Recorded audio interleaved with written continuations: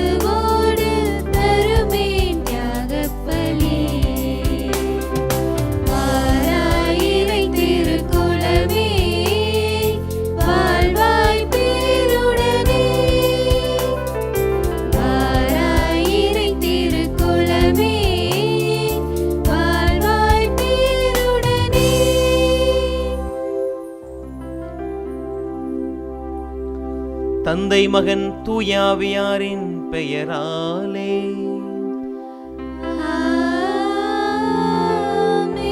நம் ஆண்டவராகிய இயேசு கிறிஸ்துவின் அருளும் கடவுளின் அன்பும் தூயாவியாரின் நட்புறவும் உங்கள் அனைவரோடும் இருப்பதாக.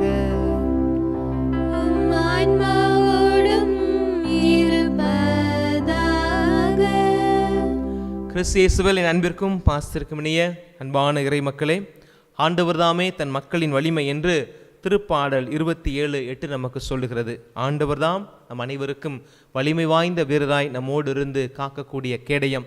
இதை ஒவ்வொரு நாளும் நம்முடைய வாழ்க்கையில் அனுபவிக்க, அந்த அனுபவத்தை ஆழப்படுத்த திருப்பலியை இறைவன் நமக்கு கொடையாக கொடுத்திருக்கிறார். கல்வாரி நாயகனோடு இணைந்து இந்த நாளை அவருடைய அருளில், அவருடைய வழிகாட்டுதலில் தொடங்க ஆண்டவர் ஒவ்வொருவருக்கும் அழைப்பையும் இந்த நாளில் நமக்கு தருகிறார். நாளில் வாசகங்களில் கூட வாழ்வுக்கான பாதையை பற்றி ஆண்டவர் தெளிவாக சொல்லுகிறார். இடுக்கமான வாயிலா அல்லது அகன்ற வாயிலா? எல்லா காரியங்களையும் கடவுள் கொடுத்து இறுதியாக நமக்கு கொடுத்திருக்கிற மிகப்பெரிய சுதந்திரம் எது தெரியுமா? ஒரே ஒரு சுதந்திரம் தான். சுதந்திரம், இட் இஸ் சாய்ஸ். நீயே அதை தேர்ந்து கொள் அப்படின்னு சொல்கிறது தான். அதை நான் ரொம்ப நேரம் பல நாட்கள் நினச்சி பார்த்து சந்தோஷப்பட்டது உண்டு. எல்லாத்தையும் படைச்ச கடவுள் அவர் நினச்சா இதை செய்யாதேன்னு சொல்லலாம். ஆனால் பாருங்கள், அவர் நம்முடைய சுதந்திரத்துக்கு மதிப்பு கொடுக்கிறார்.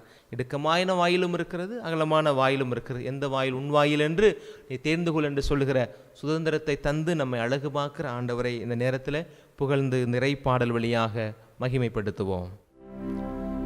இயேசுவே உமது விலை மதிப்பில்லா இரத்தத்தினால் என்னை மீட்டருள்வாயே. இயேசுவே உமது விலை மதிப்பில்லா இரத்தத்தினால் என்னை மீட்டருள்வாயே. பாவங்கள் போக்கி பரிசுத்தராக்கும், பாவங்கள் போக்கி பரிசுத்தராக்கும் பரமன் உந்தன் பாதம் வந்தேனே. பரமன் உந்தன் பாதம் வந்தேனே. இயேசுவே உமது விலை மதிப்பில்லா இரத்தத்தினால் என்னை மீட்டருள்வாயே.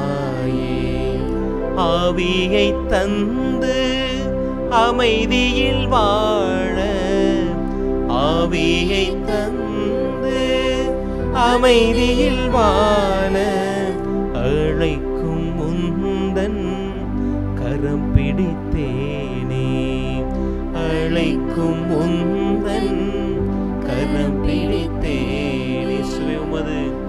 இயேசுவே உமது விலை மதிப்பில்லா இரத்தத்தினால் என்னை மீட்டருள்வாயே.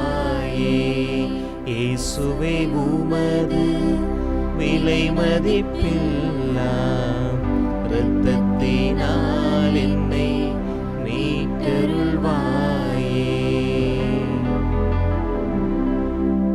எல்லாமுள்ள இறைவிடமும் சகோதர சகோதரிகளே உங்களிடமும் நான் பாவியை ஏற்றுக்கொள்கிறேன். ஏனெனில் என் சிந்தனையாலும் சொல்லாலும் செயலாலும் கடமைகள் தவறியதாலும் பாவங்கள் பல செய்தேன். என் பாவமே, என் பாவமே, என் பெரும் பாவமே.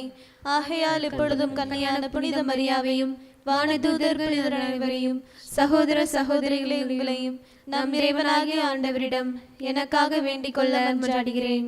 எல்லாமல் இறைவன் நம் மீது இரக்கம் வைத்து நம் பாவங்களை மன்னித்து நம்மை நிலையான வாழ்வுக்கு அழைத்துச் செல்வாராக. ஆமென்.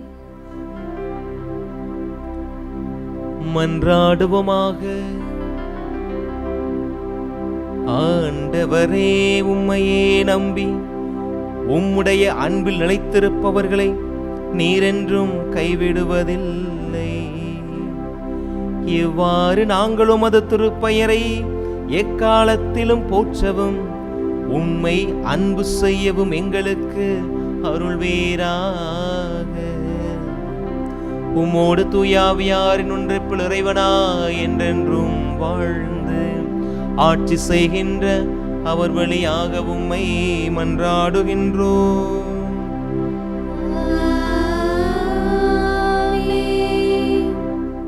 முதல் வாசகம். என் பொருட்டும் என் ஊழியன் தாவீதின் பொருட்டும் நான் எருசலேமை பாதுகாத்து விடுவிப்பேன். அரசர்கள் 2ஆம் நூலிலிருந்து வாசகம். அதிகாரம் 19, இறை திருவசனங்கள் 9 முதல் 11, 14 முதல் 21, 31 முதல் 35 மற்றும் 36. அந்நாட்களில் அசீரிய மன்னன் எத்தியோப்பியா மன்னனான திராக்கா தனக்கு எதிராய் படை திரட்டி கொண்டு வருவதாக கேள்வியுற்று எசேக்கியாவிடம் மீண்டும் தூதரை அனுப்பி, யூதா அரசன் எசேக்கியாவிடம் நீங்கள் இவ்வாறு கூறுங்கள், எருசலேம் அசீரிய மன்னனின் கையில் ஒப்புவிக்கப்பட மாட்டாது என்று கூறும் உன் கடவுளை நம்பி ஏமாந்து விடாதே. இதோ அசீரிய மன்னர்கள் எல்லா நாடுகளுக்கும் செய்திருப்பதையும் அவற்றை முற்றிலும் அழித்ததையும் நீ கேள்விப்பட்டிருப்பாய். அப்படி இருக்க நீ மட்டும் தப்பிவிட முடியுமா? எசேக்கியா தூதரின் கையிலிருந்த மடலை வாங்கி வாசித்த பின் கோவிலினுள் சென்று ஆண்டவர் திருமுன் மடலை விரித்து வைத்தார். மேலும் எசேக்கியா ஆண்டவரை மன்றாடி கூறியது, கெருபுகள் மேல் வீற்றிருக்கும் இஸ்ரேலின் கடவுளான ஆண்டவரே, இவ்வுலகத்து அரசர்களுக்கெல்லாம் நீர் ஒருவரே கடவுள். விண்ணையும் மண்ணையும் படைத்தவர் நீரே. ஆண்டவரே, நீர் செவிசாய்த்து கேட்டருளும். ஆண்டவரே, உம் விழிகளை திறந்து என்னை நோக்கியருளும். தூதன் அனுப்பி என்றும் உள்ள கடவுளை பழித்துரைக்கும் சனக்கெருபின் சொற்களை கேட்பீராக. ஆண்டவரே, அசீரிய மன்னர்கள் வேற்றினத்தாரையும் அவர்கள் நாடுகளையும் அழித்தது உண்மைதான். அவர்கள் வேற்றினத்தாரின் தெய்வ சிலைகளை நெருப்பிலிட்டு எரித்தனர். ஏனெனில் அவை உண்மை கடவுள் அல்ல, மரத்தாலும் கல்லாலும் மனிதன் செய்தவையே. எனவே அவற்றை அழிக்க முடியாது. எங்கள் கடவுளாகிய ஆண்டவரே, இப்பொழுது இவன் கையிலிருந்து எங்களை காத்தருளும். இதன் மூலம் நீர் ஒருவரே கடவுளாகிய ஆண்டவர் என்பதை உலகின் எல்லா அரசர்களும் அறிந்து கொள்ளும். அப்பொழுது ஆமோஸின் மகன் எசாயா எசேக்கியிடம் ஆள் அனுப்பி சொன்னது, இஸ்ரேலின் கடவுளாகிய ஆண்டவர் கூறுவது இதுவே, அசீரிய மன்னன் சனக்கெருபை பற்றிய உன் வேண்டுதலை கேட்டேன். அவனுக்கு எதிராக ஆண்டவர் கூறிய வார்த்தை இதுவே, கன்னி மகள் சீயோன் உன்னை இகழ்கிறாள், உன்னை பார்த்து நகைக்கிறாள். மகள் எருசலேம் பின் நின்று தலையசைக்கிறாள். ஏனெனில் எஞ்சியோர் எருசலேமிலிருந்து வெளியேறுவர். உயிர் பிழைத்தோர் சீயோன் மனையினின்று புறப்படுவர். படைகளின் ஆண்டவரது ஆர்வமே இதை நிறைவேற்றும். ஆதலால் ஆண்டவர் அசீரிய மன்னனை குறித்து இவ்வாறு கூறுகிறார், இந்நகருக்குள் அவன் நுழைய மாட்டான், அதில் அம்பு எய்ய மாட்டான், அதை எதிர்த்து கேடயத்துடன் வரமாட்டான், அதற்கு எதிராக முற்றுகை தளம் எழுப்ப மாட்டான், அவன் வந்த வழியே திரும்பி போவான், இந்நகருக்குள் நுழையவே மாட்டான் என்கிறார் ஆண்டவர். இந்நகரை நான் பாதுகாப்பேன், என் பொருட்டும் என் ஊழியன் தாவீதின் பொருட்டும் நான் அதை விடுவிப்பேன். அன்றிரவு ஆண்டவரின் தூதர் புறப்பட்டு சென்று அசீரியரின் பாளையத்தில் 180,000 பேரை கொன்றார். மக்கள் காலையில் எழுந்தபொழுது அங்கு அனைவரும் செத்து பிணமாய் கிடந்ததை கண்டனர். எனவே அசீரிய மன்னன் சனகெரிபு திரும்பி சென்று நினிவேயில் தங்கியிருந்தான். ஆண்டவரின் அருள்வாக்கு. இறைவனுக்கு நன்றி. பதிலுரை பாடல். கடவுள் தம் நகரை என்னாலும் நிலைத்திருக்க செய்வார். கடவுள் தம் நகரை என்னாலும் நிலைத்திருக்க செய்வார். ஆண்டவர் மாண்புமிக்கவர், நம் கடவுளின் நகரில் அவரது திருமலையில் மிகுந்த புகழுக்குரியவர். தொலைவடக்கில் திகழும் சீயோன் மலை அனைத்து உலகிற்கும் மகிழ்ச்சியாய் இளங்குகின்றது. மாவேந்தரின் நகரும் அதுவே, அதன் அரண்மனைகளில் கடவுள் வீற்றிருந்து தம்மையே அதன் கோட்டை என காட்டியுள்ளார். கடவுள் தம் நகரை எந்நாளும் நிலைத்திருக்க செய்வார். கடவுளே, உமது கோவிலின் நடுவில் உம் பேரன்பை நினைத்து உருகினோம். கடவுளே, உமது பெயரை போலவே உமது புகழும் பூவுலகின் கடையெல்லை வரை எட்டுகின்றது. உமது வலக்கை நீதியை நிலைநாட்டுகின்றது. கடவுள் தம் நகரை எந்நாளும் நிலைத்திருக்க செய்வார். கடவுள் தம் நகரை எந்நாளும் நிலைத்திருக்க செய்வார்.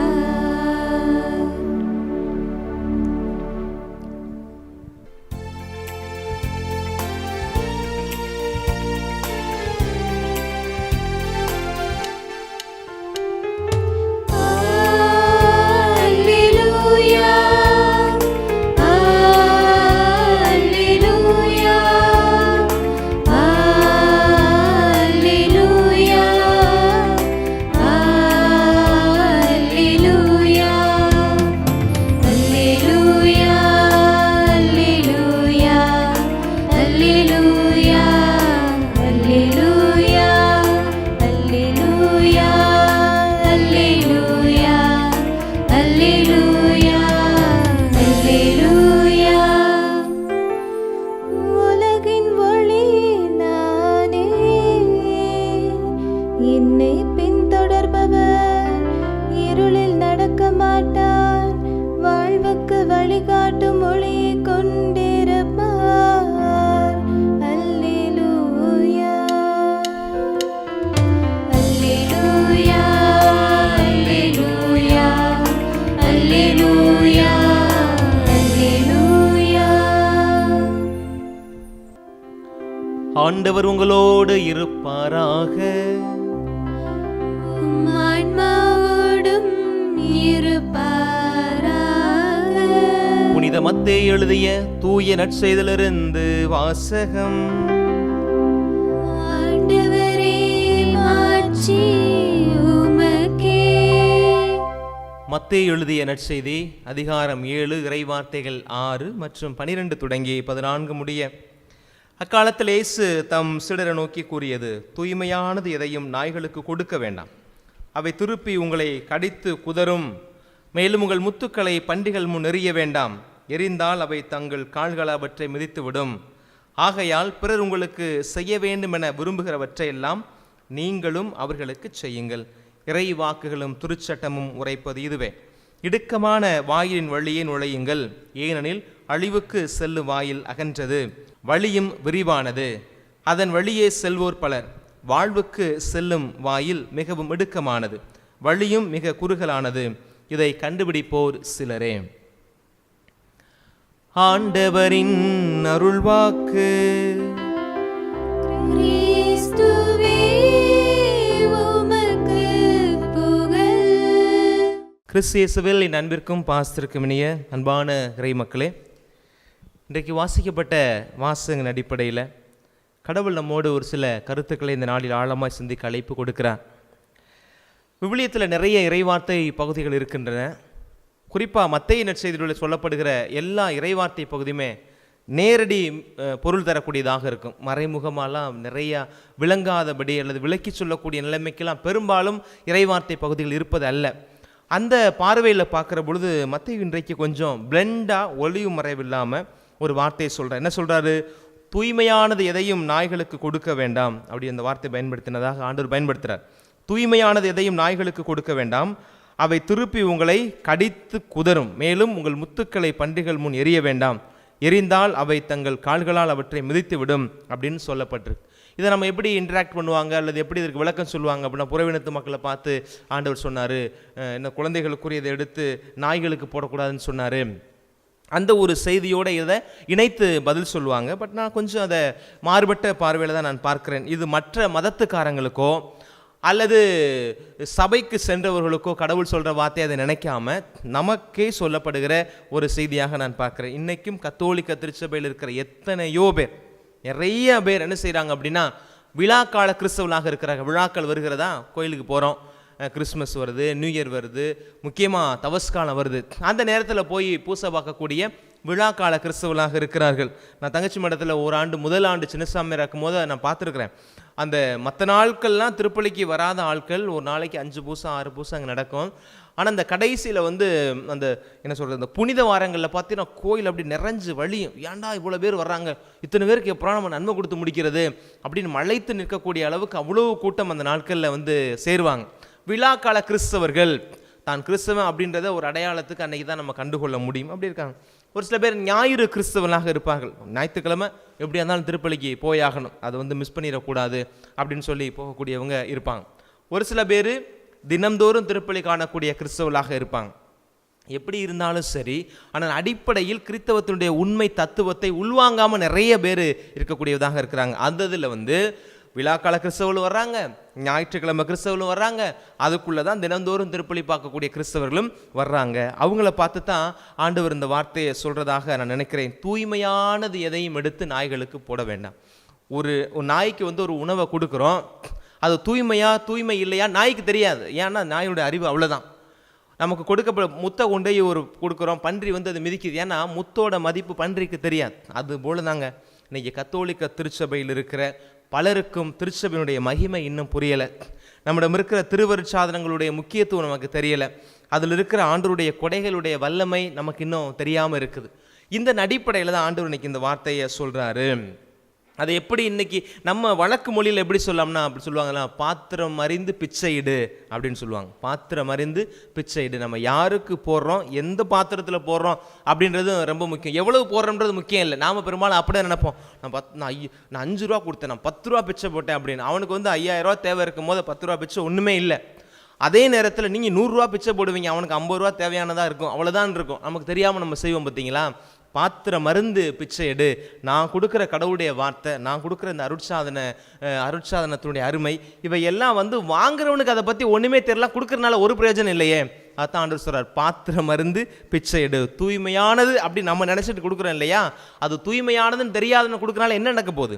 முத்து விலை உயர்ந்தது அப்படின்னு நமக்கு தெரியும், ஆனால் அது விலை என்னன்னு தெரியாத பன்றிக்கிட்ட போய் என்ன செய்ய போகுது அப்படின்ற ஒரு விரக்தியான ஒரு சூழ்நிலையில் ஆண்டவர் இந்த வார்த்தையை சொல்லியிருக்கலாம் அப்படின்னு நான் நினைக்கிறேன். அப்போ நம்ம மூலம் சொல்லுவாங்க, தூங்குறவனை கூட எழுப்பிடலாம். தூங்குற மாதிரி நடிக்கிறான் பார்த்தீங்களா, அவனை எழுப்பவே முடியாது. இன்னைக்கு கத்தோலிக்க திருச்சபையில் நிறைய பேர் தூங்குற மாதிரி நடிக்கிறாங்க. அவர்களுக்கு தான் ஆண்டவர் இன்றைக்கு இந்த வார்த்தையை சொல்லி கொண்டு இருக்கிறார். திருச்சபைக்குள்ளே இருந்து கொண்டே நம்ம ஆளுக்கு நம்மகிட்டே விதண்டாவாதான் பேசுவாங்க. நிறைய பேசுவோம், ஓ பைபிள் படித்தாதான் கிறிஸ்தவனா, ஓ ஞாயிற்றுக்கிழமை பூசைக்கு போனாதான் கிறிஸ்தவனா, டெய்லி பூசைக்கு போன என்ன ஆண்டவர் சொல்லியிருக்கிறார். எங்களை கேட்பாங்க, சாமியார் நம்மளை என்னையே கேட்டுருக்காங்க, உங்களை யார் கல்யாணம் பண்ணாமல் இருக்க சொன்னது? கிறிஸ்தவனே கேட்குறான், கத்தோலிக்க கிறிஸ்தவன் கேட்குறான், உங்களை யார் சாமியார் கல்யாணம் பண்ணக்கூடாதுன்னு ஜீசஸ் சொன்னாரா? அப்படின்னு சொல்லி நம்மளே கேட்குறோம். இயேசுடைய சீடர்களை தானே நீங்கள் பின்பற்றி வரீங்க, பேதுருவே கல்யாணம் பண்ணவர் தானே, நீங்கள் கல்யாணம் பண்ண வேண்டியதானே. இதெல்லாம் விதண்டாவாதமாக பேசுறது, வம்புக்கு இழுக்கிறதுக்குனே பேசுவாங்க பார்த்தீங்களா. அவங்களுக்கு தான் ஆண்டவர் இன்னைக்கு இந்த வார்த்தையை பார்த்து சொல்கிறாரு, தூய்மையானதை கொண்டு யாருக்கு போடாத, நாய்க்கு போடாத, முத்தை கொண்டு போய் பண்ணிக்கிட்ட கொடுக்காத, அதுக்கு என்ன தெரியும் அப்படின்னு சொல்கிறார். அப்படி விதண்டாவாதம் பேசக்கூடியவங்கள்ட்ட மறுபடியும் நாம் எவ்வளோதான் வழியக்க போய் அவங்களுக்கு விளக்கம் சொன்னாலும் அது கரையேறக்கூடிய ஓடமாக இருக்காது. ஏங்க, ஒரு காரியம் தெரியலன்னு ஒருத்தன் பேசுகிறான் அப்படின்னா அவனுக்கு நம்ம விளக்கம் சொல்லலாம். நான் சொல்கிறது தான் சரின்னு ஒரு ஸ்டாண்டில் நின்றுக்கிட்டு ஒருத்தட்ட நம்ம பேசுகிறோம்னு வச்சுக்கோங்களேன், அது முடிவுக்கே வராதுங்க. அந்த டக்கஃபார் கயிறு இழுப்போம் பார்த்தீங்களா, நான் இந்த பக்கம் இழுக்க நீங்கள் அந்த பக்கம் இழுக்க, கடைசி வரை கயிறு நகரவே செய்யாது. இப்படிப்பட்டவங்களுக்கு தான் ஆண்டவர் இந்த வார்த்தையை கடினமாக சொல்லுகிறான்.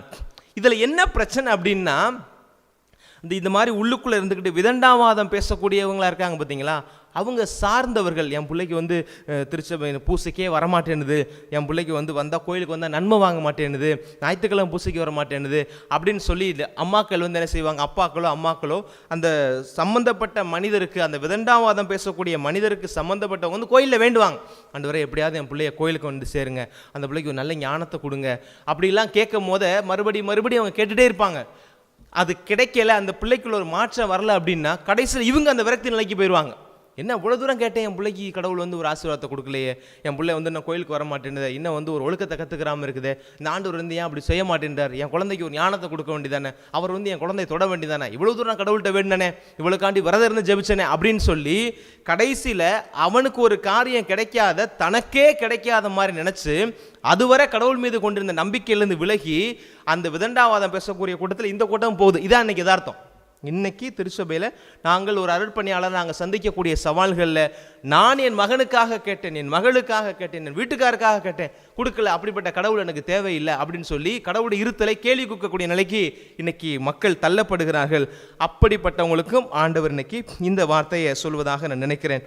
தெளிவாக சொல்கிறார் மத்தேயு 7:6, தூய்மையானது எதையும் நாய்களுக்கு போட வேண்டாம், இறுதியில் அவை உங்களை கடித்து குதறும், மேலும் உங்களை கடித்து குதறிச்சு பார்த்தீங்களா, நான் சொன்னேன் பார்த்தீங்களா, அவனுக்கு கிடைக்கல, கடைசியில் அம்மாவும் அப்பாவுமே இன்னைக்கு திருச்சபை விட்டு எதிராக பேசக்கூடியவர்களாக கடவுளுடைய இருத்தலை, அவருடைய பரிந்துரையை, அவர் கொடுக்குற ஆசீர்வாதத்தை கேள்வி கூக்கக்கூடிய நிலைக்கு இன்னைக்கு வந்துடுறாங்க.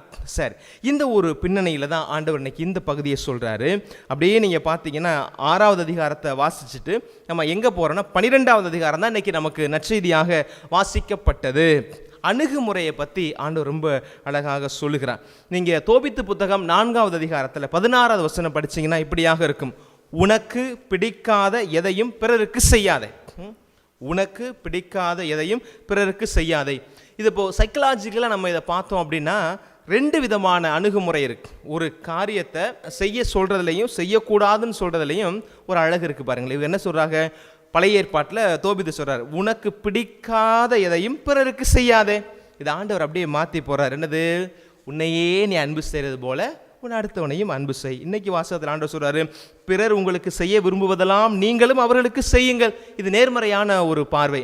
தோபித்து பழைய ஏற்பாட்டில் சொல்கிற எதிர்மறையான பார்வை, செய்யாதே அப்படின்னு சொல்கிறத ஜீசஸ் அப்படியே இங்கே மாற்றி சொல்கிறாரு. உனக்கு என்ன ஒருத்தன் அடுத்தவன் செய்யணும்னு நினைக்கிறியோ அதை நீ அவளுக்கு செய்யி அப்படின்றார்.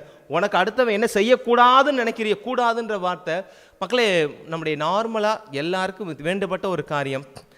அன்றாட வாழ்க்கையில் நம்முடைய அணுகுமுறையில் முடிந்த வரை எதிர்மறை வாக்கியங்களை பயன்படுத்துறதுக்கு தவிருங்க. எதிர்மறை இல்லை, முடியாது, வேணாம், அதெல்லாம் சொல்லும் போத கொஞ்சம் யோசித்து அதை எப்படி இன்னும் பக்குவமான முறையில் சொல்லலாம் அப்படின்றத நம்ம யோசிச்சு பார்க்கணும். இடையில் அன்றைக்கி ஒரு பூசைக்கு போயிருந்தேன், கீழக்கரைன்னு சொல்லி எங்கள் மறை மாவட்டத்தில் ஒரு பங்கு. அந்த பங்கு சாமியார் ரொம்ப அழகாக அந்த வார்த்தையை சொன்னார். மக்கள் அங்கங்கே கோயிலுக்குள்ளே வராமல் அங்கே நின்றுக்கிட்டு இருக்காங்க. பூசை ஆரம்பிச்சிருச்சு. அந்த பூசை ஆரம்பிக்கிற நேரம் நெருங்கிருச்சு. அனௌன்ஸ்மெண்ட் கொடுக்குறாரு பாருங்க, என் அன்பார்ந்த மக்களே எல்லாரும் ஆலயத்துக்குள்ளே வரலாமே, வெளியில் நிற்கிறவங்களாம் தயவு செஞ்சு உள்ளே வாங்க, வரலன்னா கோயிலுக்கு விட்டு வெளில போயிருங்க அப்படின்னு சொல்லலாம். ஆனால் எது போய் தாக்கத்தை ஏற்படுத்துது பாருங்களேன். அன்பார்ந்த மக்களே, நம்முடைய புனிதருடைய பரிந்துரையோடு கூடிய திருப்பலியான ஆரம்பமாக இருக்கிறது, எல்லோரும் உள்ளே வரலாமே அப்படின்னும் போது ஒரு அன்பு கலந்த ஒரு வேண்டுகோள், அது அழுத்தமான வேண்டுகோள் அங்கே போய் நிற்கும். ஒரு சில இடங்களில் எழுதி போட்டிருப்பாங்க, பூக்களை பறிக்காதீர்கள் அப்படின்னு. அதையே கொஞ்சம் அழகாக எப்படி போடலாம், பூக்களை பறிக்காமல் இருக்கலாமே அப்படி எழுதி போடலாம். நோட்டீஸ் ஒட்டாதீர்கள், நோட்டீஸ் ஒட்டாமல் இருக்கலாமே. அப்படி 2க்கு வித்தியாசம் இருக்கு இல்லையா. இப்போ நாம் அதனால தான் நம்ம பூசையில் கூட நம்ம சொல்கிறோம் இல்லையா, ஜெபிப்போம் அப்படின்னு சொல்கிறதில்ல, ஜெபிப்போமாக அப்போ நாங்கள் வெல்கம் பண்ணுறோம், ஒரு பாசத்தோட, ஒரு நேசத்தோட, ஒரு அன்போட ஒரு கட்டளை கொடுக்குறோம், எல்லாரும் சேர்ந்து ஜெபிக்கலாமே. அதைத்தான் ஆண்டவர் இந்த இடத்துல அழகாக பயன்படுத்துகிறார். உங்களுக்கு அடுத்தவங்க என்னென்னலாம் செய்யணும்னு நீ ஆசைப்படுறியோ அதை நீ அடுத்தவனுக்கு செஞ்சிரு. இது நாம் வாழ்க்கையில் நிறைய கற்றுக்கணும். நம்ம நினைக்கிற காரியத்தை நம்ம சாதிக்கணும் அப்படின்னு சொன்னால், ஒரு கரடுமுரடான மனுஷனாக இருக்கிறான், ஒரு ஆஃபீஸில் ஒர்க் பண்ணுறோம், அல்லது குடும்பத்துலேயும் சரி, வீட்டுக்கார்ட்ட பேசும்போதும் சரி, பிள்ளைகள்கிட்ட ஒரு காரியம் சாதிக்கணும் அப்படின்னா இந்த நேர்மறையான வார்த்தைகளை நம்ம பயன்படுத்த தெரியணும். எவ்வளோ தூரம் பாசிட்டிவாக ஒரு வார்த்தையை சொல்ல முடியுமோ அதை சொல்ல பழகிக்கிட்டோம், நிறைய காரியங்களை சாதிக்க முடியும் அப்படின்றத ஆண்டு நமக்கு தருகிறார். நீங்கள் பாசிட்டிவாக பயன்படுத்துகிறதும் பயன்படுத்தாது நம்முடைய கையில் தான் இருக்குது. நேர்மறையாக ஒரு காரியத்தை சொல்லக்கூடியதும், அந்த நேர்மறையாக செய்ய வேண்டியது எதிர்மறையாக சொல்ல வேண்டியது நம்முடைய இட்ஸ் ஆல் சாய்ஸஸ். ஆண்டவர் எங்கே போனாலும் எப்போவுமே இந்த சாய்ஸ் அப்படின்றத கொடுப்பார். மனிதனுடைய அறிவை, அவனுக்கு கொடுக்கப்பட்டிருக்கிற அந்த ஆழ்நிலை சுதந்திரத்தை எப்போதும் மன்னிக்கக்கூடிய கடவுள் இன்னைக்கு ஒரு சாய்ஸ் கொடுக்குறார். என்ன சாய்ஸ் கொடுக்குறாரு பார்? 2 பாதை இருக்குது. ஒன்று இடுக்கமான வாயில், இன்னொரு அகலமான பாயில். அந்த வாயில் இருக்குது. இடுக்கமான வாயிலில் போகிறதுக்கு உனக்கு சுதந்திரம் இருக்குது, அகலமான அந்த பாதையில் போகிறதுக்கும் உனக்கு சுதந்திரம் இருக்கிறது அப்படின்றத இன்றைக்கி ஆண்டவர் இந்த இடத்துல அழகாக நமக்கு விளக்கி சொல்வதாக நான் பார்க்குறேன். அதில் எதை நாம் தேர்ந்தெடுக்கிறோமோ அதை கடவுள் ஏற்றுக்கொள்கிறார். கடவுள் ஏற்றுக்கொள்வார். இடுக்கமான வாயிலா அகலமான வாயிலா அதற்கான பின்புலத்தையும் அதற்கான அது பின்விளைவை நாம் ஏற்றுக்கணும். சாய்ஸ் மேக் பண்ணுறேன், அதை நான் எடுத்துக்கிறோம். ஓகே, இந்த பக்கம் ஒரு கஷ்டமான ஒரு கொஸ்டின் பேப்பர் இருக்குது, இந்த பக்கம் ரொம்ப லைட்டான ஒரு கொஸ்டின் பேப்பர் இருக்குது, எதைப்பா நீ எடுத்து எழுத போகிற? இந்த ரொம்ப லைட்டான கொஸ்டின் பேப்பர், ஈஸியான கொஸ்டின் பேப்பர் இருக்குது, இதை எழுதி நல்லா போனோம் அப்படின்னா உனக்கு சி குரூப் கிடைக்கும், அல்லது ஆர்ட்ஸ் குரூப் கிடைக்கும். இந்த கஷ்டமான பேப்பர் படித்து எழுதி போனால் ஏ குரூப் கிடைக்கும், லைஃப்பில் நல்லா இருப்பேன். 2 பேருமே நல்லா இருக்கிறாங்க, அது பிரச்சனை இல்லை அப்படின்னு சொன்னால் நம்ம எந்த சாய்ஸை மேக் பண்ணுறோம் அப்படி வாத்தியார் ஒன்றுமே சொல்ல மாட்டார். நீ எடுத்துக்க, எதை வேணாலும் எழுதிக்க போ அப்படின்னு தான் சொல்லுவார். ஏசப்பாவும் அதே போல தான். அகலமான வாயிலும் கண்ணு முன்னாடி வச்சுருக்கேன், இடுக்கமான வாயிலும் கண்ணு முன்னாடி வச்சுருக்கேன், உனக்கு எது பிடிச்சிருக்கு எடுத்துகிட்டு போ, ஆனால் அதனுடைய விளைவுகளை நாம் சந்திக்கிறதுக்கு தயாராக இருக்கணும் அப்படின்ற அந்த இரட்டை மனநிலையை விவிலியத்தை நமக்கு சொல்லப்படுகிறது. இது ஏசப்பா மாத்திரம் சொல்லலை, ஒவ்வொருத்தரும் சொல்லியிருக்காங்க. யார் யார் சொல்லியிருக்கா அப்படின்னு பார்க்கலாம். இணைச்சட்ட நூல் 30வது அதிகாரம் 15லேருந்து 20, அது கொஞ்சம் பெரிய பகுதி, அதை நான் சுருக்கி மோசேயுடைய வார்த்தையாக அந்த இடத்துல வச்சிருக்கிறேன். இன்று நான் விண்ணையும் மண்ணையும் சான்றாக அழைத்து வாழ்வையும் சாவையும் ஆசியையும் சாபத்தையும் உனக்கு முன்பாக வைக்கிறேன். மக்களை பார்த்து இறைவாக்குன்னு சொல்கிறார். எப்படி சொல்கிறாரு? விண்ணையும் மண்ணையும் சான்றாக அழைத்து, 2 பேருமே கூப்பிட்டாச்சு. விண்ணையும் மண்ணையும் கூப்பிட்டு வாழ்வையும் சாபையும் ஆல்டர்னேட்டிவ் கொடுத்தாச்சு, ஆசியையும் சாபத்தையும் வெகன் அனதர் ஒன் ஆல்டர்னேட்டிவ் இதை கொடுத்து இவற்றையெல்லாம் உனக்கு முன்பாக வைக்கிறேன், யூ சூஸ் இட். அவ்வளோதான். இதுதான் நம்முடைய கடவுளுடைய அழகு அப்படின்னு கூட சொல்லலாம். நம்முடைய சுதந்திரத்தை அவர் மதிக்கிறாரு அப்படின்னு பார்க்கணும். இன்னொரு இடத்துல இது இந்த பகுதி கொஞ்சம் யோசுவாவுடைய அந்த இதில் வரக்கூடிய பகுதி. யோசுவா புத்தகத்தை வாசிங்கன்னா இந்த பகுதி நீங்கள் பார்க்கலாம். என்ன சொல்லுவார்? முன்னோர்கள் தொழுந்து வந்த பிற மறை தேவர்களை தொடர்ந்து தொழ விரும்புகிறீங்களா? பார்த்து கேட்பார். அவங்கள சாமியாக கும்பிட விரும்புகிறீங்க, அல்லது யாவே என்கிற கடவுளுக்கு பிரமாணிக்கமுள்ள மக்களாக நீங்கள் இருக்க விரும்புகிறீங்களா? ஜோஷுவா தன்னுடைய மக்களை பார்த்து கேட்கிறார். அது இஸ்ரேல் மக்களை பார்த்து இந்த கேள்வியை கேட்பார். உடனடியாக நீங்களே முடிவெடுங்கள், ஆனால் நானும் என் வீட்டாரும் ஆண்டவரையே தொழுது வருவோம் என்று சொல்லி அந்த இடுக்கமான வாயிலுக்குள்ளே நான் போகிறேன் அப்படின்றத யோசுவா அந்த இடத்துல பதிவு செய்கிறார். ரொம்ப அழகாக சொல்கிறார் பாருங்களேன். நீங்கள் மற்ற மறை தேவர்களை வழிபட விரும்புகிறீங்களா? It is your choice, you go. அல்லது யாவே என்கிற இந்த நம்முடைய கடவுளை வழிபட விரும்புகிறீங்களா? It is your choice, you come. ரெண்டையும் சொல்லிட்டு சொல்கிறாரு, நான் இதில் போக போகிறேன், யாவே கடவுளுடைய வழியில் நான் போக போகிறேன் அப்படின்னு சொல்லிட்டு அந்த ஸ்டாண்டையும் எடுக்கிறாங்க. இது நல்ல ஒரு யோசுவாவுடைய வாழ்க்கையில் நமக்கு தெரிஞ்ச ஒரு காரியம். ஒரு சில நேரங்களில் பேரண்ட்ஸ் சொல்லுவாங்க, உனக்கு அது வேணுமா இது வேணுமா அப்படின்னு கேட்பாங்க இல்லையா? அப்போ பிள்ளை சொல்லுவான், அம்மா நீங்கள் சொல்லுங்கள் உங்களுக்கு எது பிடிக்கும் அப்படின்னு. நான் சொல்ல மாட்டேன், உனக்கு எது பிடிக்கும் அப்படின்னு கேட்பாங்க இல்லையா? அது போல தான். ஆனால் யோசுவா அப்படி சொல்லலை. இதுவும் இருக்குது அதுவும் இருக்குது, நான் இதை பிடிச்சிருக்கு, எனக்கு இந்த வழி பிடிச்சிருக்கு, அதில் வர்றியா அப்படின்னு சொல்லி அந்த இடத்துல கேட்குற அந்த மண்ணிலையே பார்க்குறோம். இதை சொல்லிவிட்டு அப்படியே பின்பகுதியில் வாசிங்கன்னா ஆண்டவர் சொல்லுவார், இந்த இடுக்கமான வாயில் இது ரெண்டையும் சொல்லிவிட்டு, எப்போவுமே இயல்பாக மனிதனுக்கு என்ன ஒரு ஈர்ப்பு அப்படின்னா, அந்த இடுக்கமான வாயிலோட நகலமான வாயிலில் போகிறதுக்கு ஒரு ஈர்ப்பு இருக்கும். ஏன்னா இட்ஸ் ஈஸி கோயிங், பிரச்சனை இருக்காது, நம்ம வாட்டில் எளிமையாக உள்ளே போயிடலாம் அப்படின்னு சொல்லி. ஆதியிலிருந்து இன்னைக்கு வர மனிதனுக்கு நன்மையை நோக்கிய ஈர்ப்பை காட்டிலும் தீமையை நோக்கிய ஈர்ப்பு சற்று அதிகமாகத்தான் இருக்கிறது. அது உங்களுக்கு எனக்கு இருக்குது அப்படின்னு சொல்லி நாம் பயப்பட தேவையில்லை. ஆதாமுக்கும் ஏவாளுக்கும் இருந்தது. ஆண்டவர் எல்லாத்தையும் படைச்சு எல்லாத்தையும் அவங்களுக்கு கொடுக்குறாரு பாருங்களேன். இந்த உலகத்தையே படைச்சு, இட்ஸ் வெரி பியூட்டிஃபுல் பேசேஜ் பாருங்க. கடவுள் எல்லாத்தையும் படைத்து விட்டு அந்த தொடக்க 2வது அதிகாரத்தில் வரும் பாருங்களேன், மனிதன் அவருக்கு என்ன பெயரிடுவான் என்று பார்க்க அனைத்தையும் அவனுக்கு முன்பாக கொண்டு வந்து வைக்கிறார். தான் படைத்த படைப்புக்கு அவன் என்ன பேர் கொடுக்குறான்? யாராவது வந்து தன்னுடைய படைப்புக்கு வந்து அடுத்தவனை பேர் வைக்க விடுவாங்களா? ராயல்ட்டி வாங்க தான் விரும்புவாங்க. ஆனால் ஜீசஸ் அந்த சுதந்திரத்தை கூட மனுஷனுக்கு தான் கொடுக்குறாரு. இந்தா நீ பேரிடு அப்படின்னு சொல்கிறார். அவ்வளோ பெரிய ஒரு என்ன சொல்கிறது, ஆசீர்வாதத்தை கொடுத்த கடவுளை நினைக்கிறத விட்டு அவன் பாருங்கள் அந்த அந்த அந்த சாத்தானுடைய தீமையினுடைய வழிக்கு அவன் போகக்கூடிய ஒரு மனநிலையை தான் நாம் ஆதாம் ஏவாளிலிருந்து பார்க்குறோம். அதனால நான் நினைக்கிறேன், இது எந்த அளவுக்கு தியாலஜிக்கலாக எப்படி வருதுன்னு தெரியல, ஆதாம் ஏவாளிலிருந்து நாம் பெற்றுக்கொண்ட அந்த ஆதி பாவம், இந்த சாவான பாவமானது திருமுழுக்கின் போது நம்மிடம் வந்து கழுவப்படுகிறது. அந்த பாவம் கழுவப்படுகிறது. ஆனால் அந்த பாவம் மனநிலை கழுவப்படலையோ அப்படின்னு தான் நான் நினைக்கிறேன். அவனுடைய மனநிலை வந்து அப்படியே வந்துருச்சு பாருங்களேன். ஆதாம் ஏவாள் மூலமாக நமக்கு கிடைச்ச அந்த சாபம் போயிடுச்சு. ஆனால் அந்த சாபத்திற்கான மனநிலை நம்மகிட்ட இருக்கிறதுனால தான் always we have attraction towards negativity. அந்த எதிர்மறையை நோக்கிய அல்லது ஈஸி கோயிங்கை நோக்கிய ஒரு சீக்கிரம் குறுக்கு வழியில் முன்னேறிடலாம் அப்படின்ற மனநிலை நமக்கு வர்றதுக்கு காரணம் என்னவா இருக்கும் நான் நினைக்கிறேன்னா, அந்த ஆதாமியோடைய மனநிலை இருக்குது. அந்த மனநிலையின் வழியாக வந்து சாபம் தான் போயிருக்கோ அப்படின்னு கேள்விகள்லாம் எழ தோன்றுகிறது. இதே மனநிலையை இன்னொரு ஆள்கிட்ட நம்ம யார்கிட்ட பார்க்கலாம்னா, பவுலடியார் ரொம்ப அழகாக சொல்வார். அவர் மை ஃபேவரட், உங்களுக்கும் பிடித்த ஒரு புனிதர் இல்லையா? ரோமேயர்களை திருமுகம் 7வது அதிகாரம் 18-21 என்ன சொல்கிறாரு? நன்மை செய்ய விருப்பம் என்னிடம் இல்லாமல் இல்லை, அதை செய்யத்தான் முடியவில்லை. நான் விரும்பும் நன்மையை செய்வதே இல்லை, விரும்பாத தீமையையே செய்கிறேன்.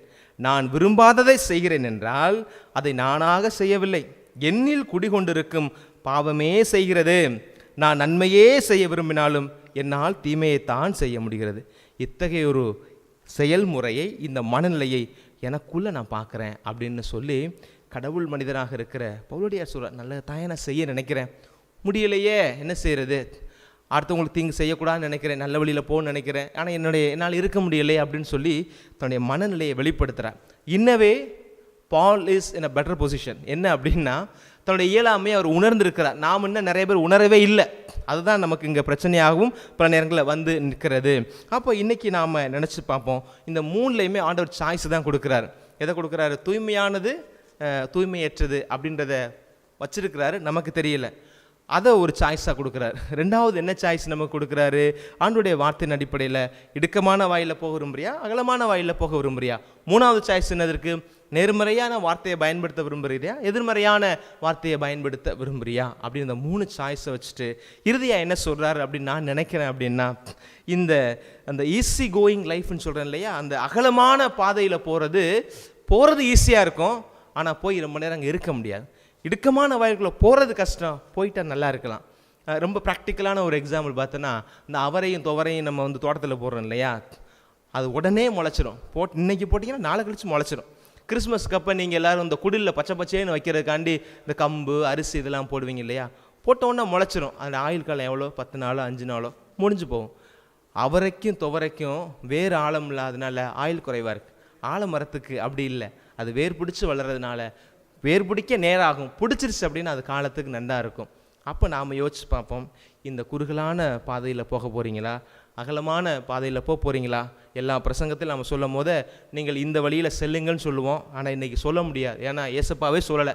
அதனால் it is your choice, I leave it for your conscious. நீங்கள் டிசைட் பண்ணுங்கள், நம்ம குறுகலான பாதையில் போகலாமா அல்லது அகலமான பாதையில் போகலாமா என்று. ஆமென்.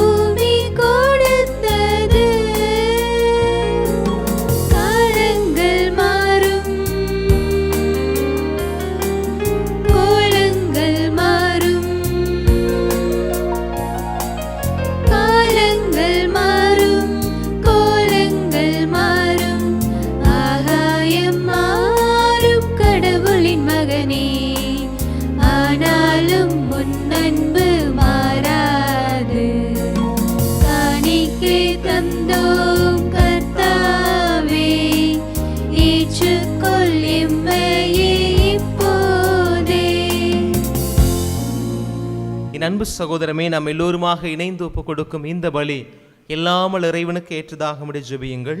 ஆண்டவர் தமது பேரின் புகழ்ச்சிக்காகவும் மாட்சிக்காகவும் நமது நன்மைக்காகவும் புனித திரு அவை அனைத்து நலனுக்காகவும் உமது கையிலிருந்து இப்பலியை ஏற்றுக்கொள்வாராக.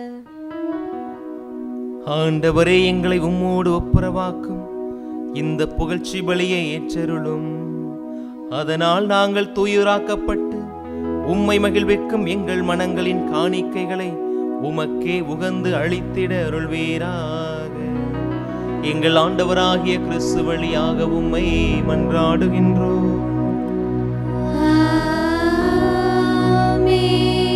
ஆண்டவர் உங்களோடு இருப்பாராக. ஆன்மாவோடும் இருப்பாராக. இது எங்களை மேலே எழுப்புங்கள். ஆண்டவரிடம் எழுப்பியுள்ளோம். நம் இறைவனாகிய ஆண்டவருக்கு நன்றி கூறுவோம். அது தகுதியும் நீதியும் ஆனதே. ஆண்டவரே, தூயவரான தந்தையே, என்று வாழும் எல்லாம் அல்ல இறைவா, எங்கள் ஆண்டவராகிய கிறிஸ்து வழியாக எந்நாளும் எவ்விடத்திலும் நாங்கள் உமக்கு நன்றி செலுத்துவது மெய்யாகவே தகுதியும் நீதியுமாகும். எங்கள் கடமையும் மீட்புக்குரிய செயலுமாகும். உமது நன்மை மிகுதியால் எங்கள் ஆண்டவராகிய கிறிஸ்து வழியாகவே நீர் மனிதராகி எங்களை படைத்தே. நாங்கள் நீதியின்படி தண்டனைக்கு உரியவராயினும் உமது இரக்க மிகுதியினால் எங்களை மீட்டருளினீ. அவர் வழியாகவே உமது மாண்பை வானதூதர் புகழ்கின்றனர். தலைமை தாங்குவோர் உம்மை வழிபடுகின்றனர். அதிகாரம் செலுத்துவோர் உமது திருமுன் நடுங்குகின்றனர். வானங்களும் அவற்றிலுள்ள ஆற்றல்களும் சராபன்களும் ஒன்று கூடி அக்களித்து ஒரே குரலாய் நாங்களும் சேர்ந்து பாடுவதாவது: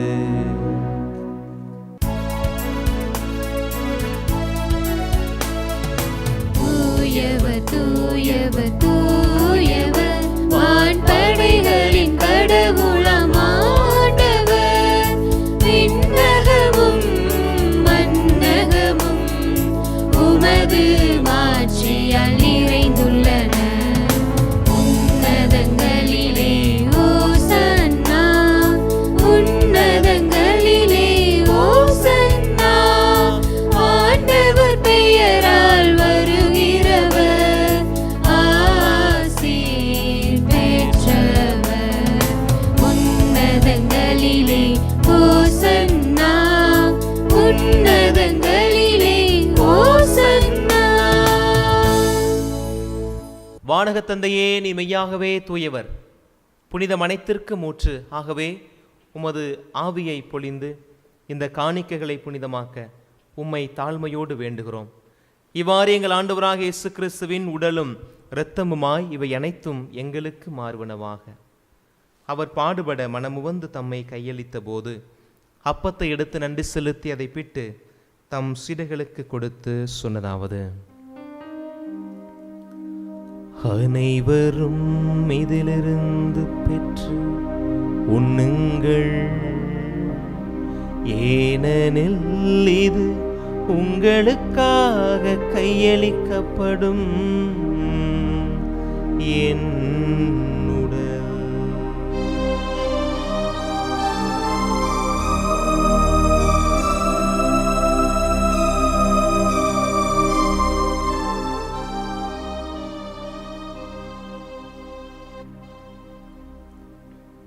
அவனுமே இரவு விருந்தை அருந்திய பின் ரசம் நிறைந்த கிண்ணத்தை தம் கரங்களில் ஏந்தி தம் சீடர்களுக்கு கொடுத்து நம் ஆண்டவர் இயேசு கிறிஸ்து சொன்னதாவது: அனைவரும் இதிலிருந்து பெற்று பருகுங்கள், ஏனெனில் இது புதிய நிலையான உடன்படிக்கைக்குரிய என் இரத்தத்தின் கிண்ணம். இது பாவ மன்னிப்புக்கென்று உங்களுக்காகவும் எல்லோருக்காகவும் சிந்தப்படும். இதை என் நினைவாகச் செய்யுங்கள்.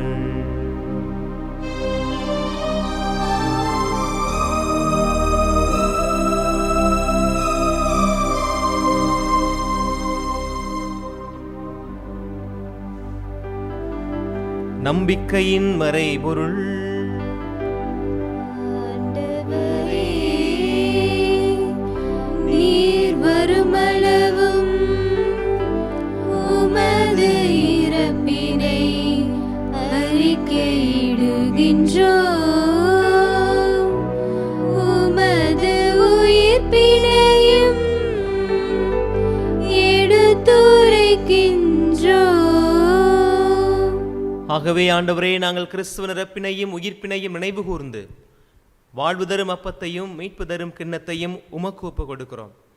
உமது திருமுன் என்று ஊழியம் புரிய தகுந்தவர்கள் என நீர் எங்களை ஏற்றுக்கொண்டீர். எனவே உமக்கு நன்றி செலுத்துகிறோம்.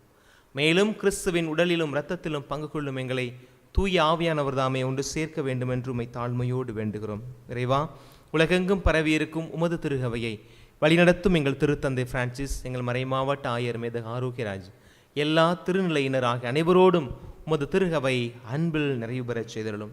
மேலும் உயிர்த்தலும் எதிர்நோக்கோடு துயில் கொள்ளும் எங்கள் சகோதர சகோதரிகளையும் இன்றைய நாள் பலியில் நாங்கள் நினைவு கூர்ந்து ஜெபிக்கின்ற ஆன்மாக்களையும் ஒளிமிக்க உமது திருமணேற்றுக் கொள்ளும். மேலும் இந்த நாள் பலி ஒப்பு கொடுத்து ஜெபிக்கின்ற குடும்பங்களில் பிறந்த நாள் காணக்கூடிய பிள்ளைகள், திருமண நாளின் நிறைவை கொண்டாடக்கூடியவர்கள், இன்னும் பல்வேறு தேவைகளுக்காக இந்த பலியை ஒப்பு கொடுத்து ஜெபிக்கின்ற குடும்பங்கள் அவற்றை நிறைவாய் பெற்றுக்கொள்ளச் செய்வீராக. கடவுளின் கன்னித்தாயான புனிதமிக்க மரியா, அவருடைய கணவரான புனித யோசேப்பு, புனித திருத்தூதர்கள், இந்த உலகில் உமக்கு உகந்தவராய் இருந்த அனைவரோடும் நாங்களும் நிலையான வாழ்வில் தோழமை கொண்டு உம் திருமகன் இயேசு கிறிஸ்து வழியாக உம்மை புகழ்ந்தேத்தி வரமருள வேண்டுகிறோம்.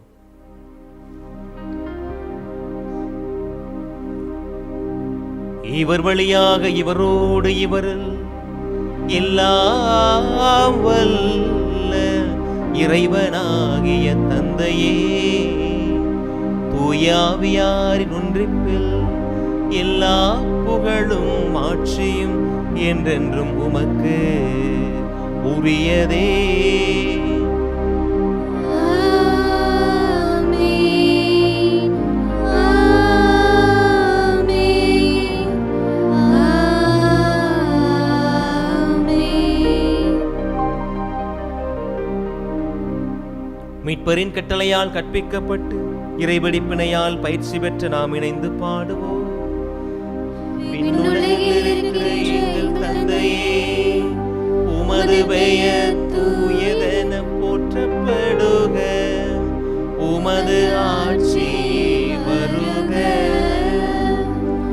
உமது திருவுளம் விண்ணுலகில் நிறைவேறுவது போல மண்ணுலகிலும் நிறைவேறுக. எங்கள் அன்றாட உணவை இன்று எங்களுக்கு தாரும், எங்களுக்கு எதிராக குற்றம் செய்வோரை நாங்கள் மன்னிப்பது போல எங்கள் குற்றங்களை மன்னியும், எங்களை சோதனைக்கு உட்படுத்தாதேயும், தீமையிலிருந்து எங்களை விடுவித்தருளும். ஆண்டவரே, தீமை அனைத்திலும் இருந்தும் எங்களை விடுவித்து எங்கள் வாழ்நாளில் அமைதியை கனிவோடு அருள உம்மை மன்றாடுகின்றோம்.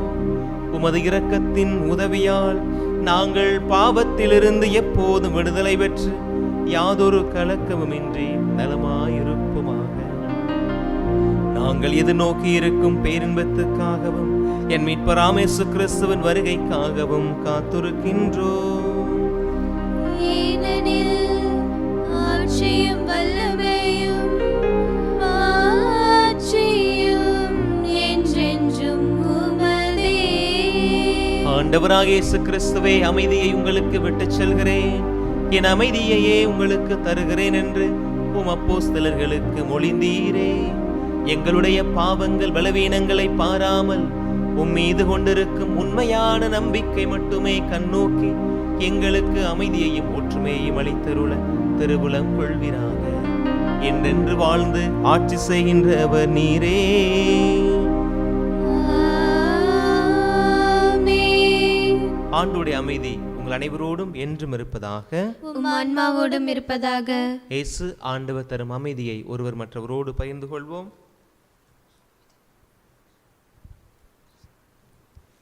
உலகின் பாவம் போக்கும் இறைவனின் செம்மறியே எம்மேல் இரக்கம் வையும். உலகின் பாவம் போக்கும் இறைவனின் செம்மறியே எம்மேல் இரக்கம் வையும். உலகின் பாவம் போக்கும் இறைவனின் செம்மறியே எமக்கு அமைதி அருளும்.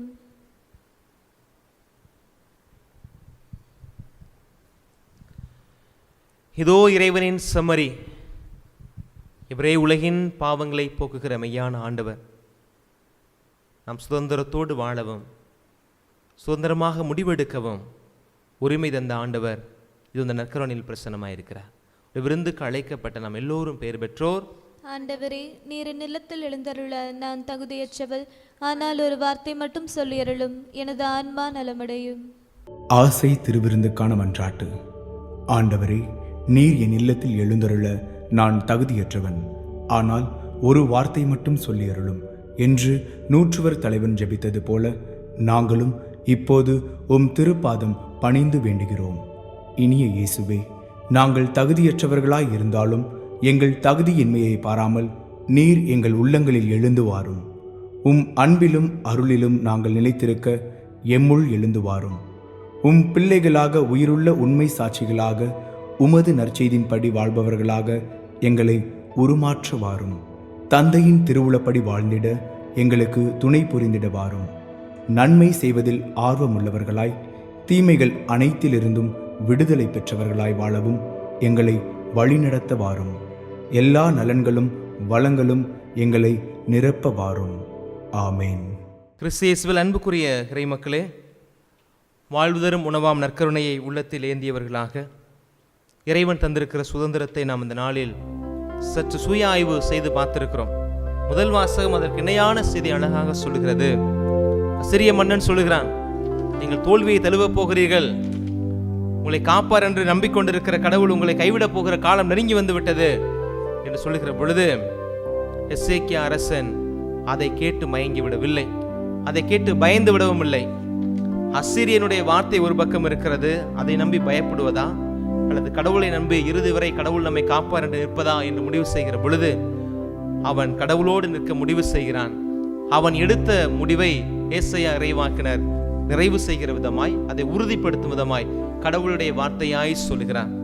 நாம் எடுக்கிற முடிவு இறைவனுக்கு உகந்த முடிவாய் இருந்தார் அவர் என்னாலும் நம்மோடு இருப்பார் என்கிற ஒரு ஆழமான நம்பிக்கையோடு இந்த வழிபாட்டு பாடலில் இணைந்து ஜெபித்து இறை ஆசிரிய வேண்டுவோம்.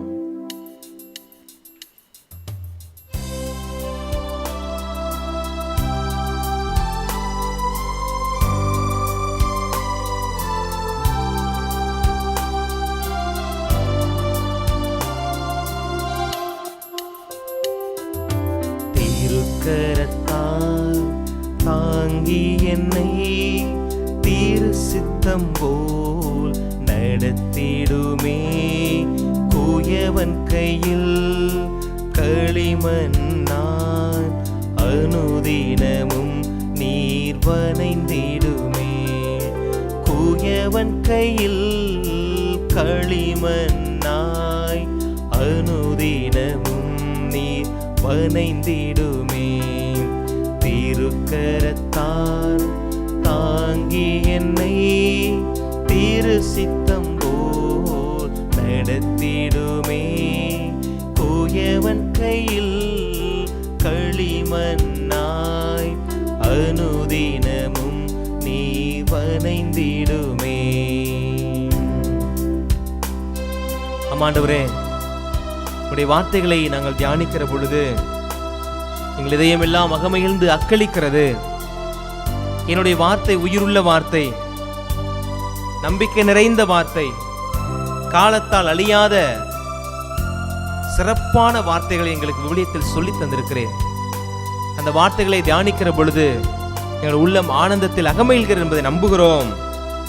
என் நிலையில் இருக்கிற பொழுதும் எங்கள் வாழ்க்கையில் இருள் சூழுகிற நேரங்களிலெல்லாம் அந்த வார்த்தை தான் ஒளி தரும் விளக்காய் எங்களுக்கு முன்பாக பயணிக்கிறது என்பதை உணர்ந்தவர்களாய் உம்மை போற்றுகிறோம் ஐயா.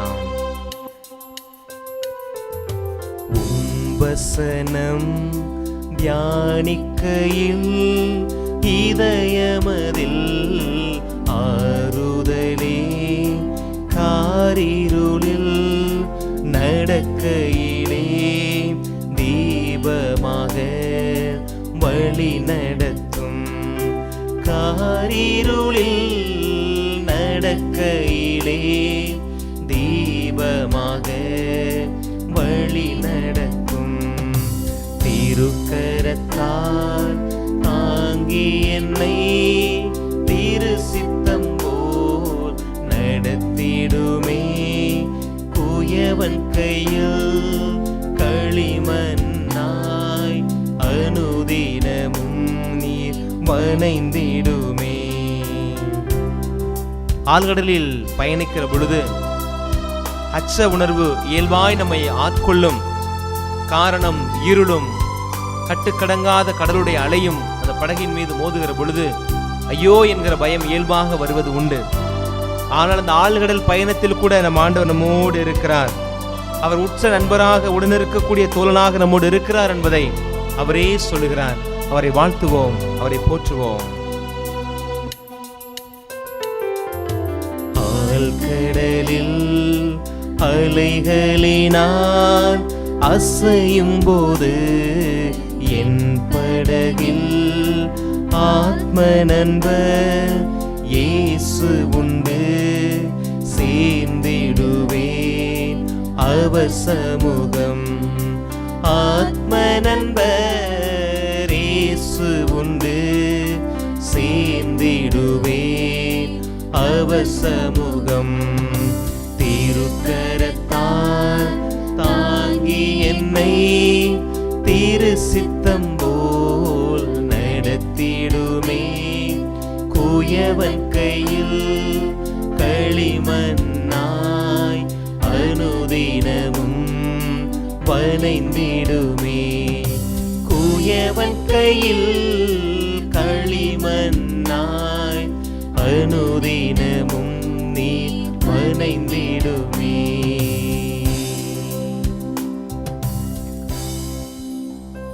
அவனுடைய கரங்களில் நம்மை ஒப்புக் கொடுத்தவர்களாக இந்த புதிய நாள் இறைவனுடைய பேரிரக்கத்தால் நிறைந்த நாளாய் அமைந்திட அவருடைய நம்மையே சரணாகதியை ஒப்புக் கொடுப்போம். ஆண்டவரே, வாழ்வையும் சாவையும் நன்மையும் தீமையும் எங்கள் கண் முன்பாக வைத்திருக்கிறேன். நல்லது எதுவென அறிந்திருந்த போதும் கூட தீமையின் தாக்குதல் எங்களுக்குள் அதிகமாக இருக்கிறதுடைய காரணத்தினாலே தீமையின் பாதையில் பல நேரங்கள் நாங்கள் பயணிக்கிறோம். நீ தந்திருக்கிற அந்த முறையான சுதந்திரத்தை இடுக்கமான வாயில் வழியாக போவதை விட்டுவிட்டு அகலமான பாதை வழியாக போய் நாங்கள் வீணடித்திருக்கிறோம். அகலமான பாதை ஆபத்தானது அல்ல, ஆனால் அது ஆயுள் குறைந்த பாதை. இடுக்கமான பாதை அது ஆயுள் அதிகம் உள்ள பாதை, ஆனால் சற்று ஆபத்தான பாதை. இடுக்கமான பாதை வழி ஆண்டவரை நாங்கள் பயணிக்க முயல்கிற பொழுதெல்லாம் உடைய கரம் எங்களை பற்றிக் கொள்கிறது. அதை உணர்ந்த போதும் கூட மனித இயலாமை, உலகத்தின் மீது கொண்டிருக்கிற ஈர்ப்பு, பற்றற்ற வாழ்க்கையின் மீது கொண்டிருக்கிற பற்று, இவையெல்லாம் எங்களை உமது அன்பிலிருந்து பிரிக்கிறது. ஆழ்கடல் பயணமாய் எங்கள் வாழ்க்கை மாறினாலும் ஆண்டவர் என்னோடு இருக்கையில் எத்தீங்குக்கும் நான் அஞ்ச மாட்டேன் என்கிற உணர்வோடு நாங்கள் பயணிக்க, சரியான பாதையை நாங்கள் தேர்ந்தெடுக்க தேவரே உம்முடைய ஆற்றலையும் மரலையும் தொடர்ந்து எங்களுக்கு தர வேண்டும் என்று எங்கள் ஆண்டவருடைய திருமகனமாகிய கிறிஸ்து வழியாக நோக்கி ஜெபிக்கிறோம். எங்கள் ஜெபம் கேளும் ஆண்டவரே. ஆமென். நன்றி கூறி மன்றாடுவோமாக. ஆண்டவரே, உமது திருமகனின் உயர்மதிப்புள்ள உடலாலும் இரத்தத்தாலும் ஊட்டம் பெற்று புதுப்பிக்கப்பட்ட நாங்கள் உமது கனிவை கெஞ்சி வேண்டுகின்றோம். இறைப்பற்றோடு நாங்கள் அடிக்கடி நிறைவேற்றும் இந்த வழியின் பயனாய் எங்கள் மீட்பை உறுதியாய் கண்டடைய செய்வீராக. எங்கள் ஆண்டவராகிய கிறிஸ்து வழியாக உம்மை மன்றாடுகின்றோம். ஆண்டவர் உங்களோடு இருப்பாராக. உம் ஆன்மாவோடும் இருப்பாராக.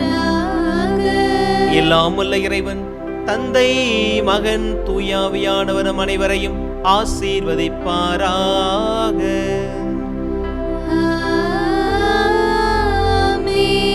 ஆண்டவரின் அன்பிலும் அன்னையின் பரிந்துரையிலும் வாழ சென்று வாருங்கள், வாழ்வின் பலி தொடர்கின்றது.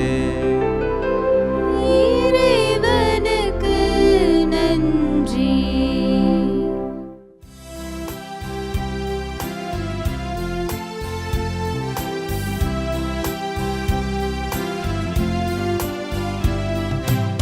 மாதாவே துணை நீரே உம்மை வாழ்த்தி போற்ற வரம் தாரும். இதோ பிள்ளைகள் வந்தோம் அம்மா, ஏற்றம் பாகையமை பாரும். மாதாவே துணை நீரே உம்மை வாழ்த்தி போற்ற வரம் தாரும். இதோ பிள்ளைகள் வந்தோம் அம்மா, ஏற்றம் பாகையமை பாரும்.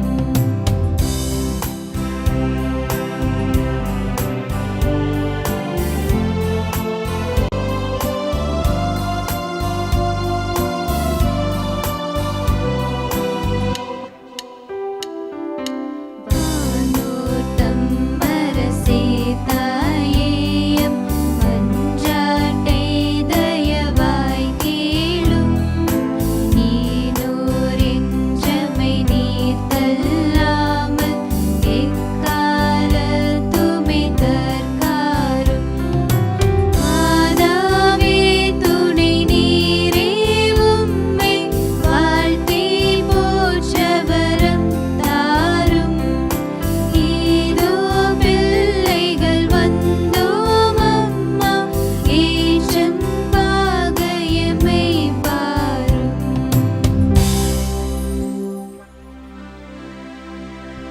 நிலையான புகழுக்குரிய தூய இறை நற்கருணைக்கு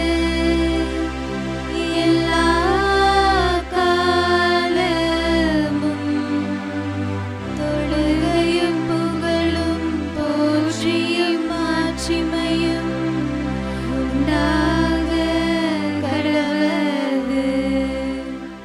தந்தை மகன் தூய ஆவியாரின் பெயராலே ஆமென். Subscribe to KC Trichy YouTube channel. Like, share and comment.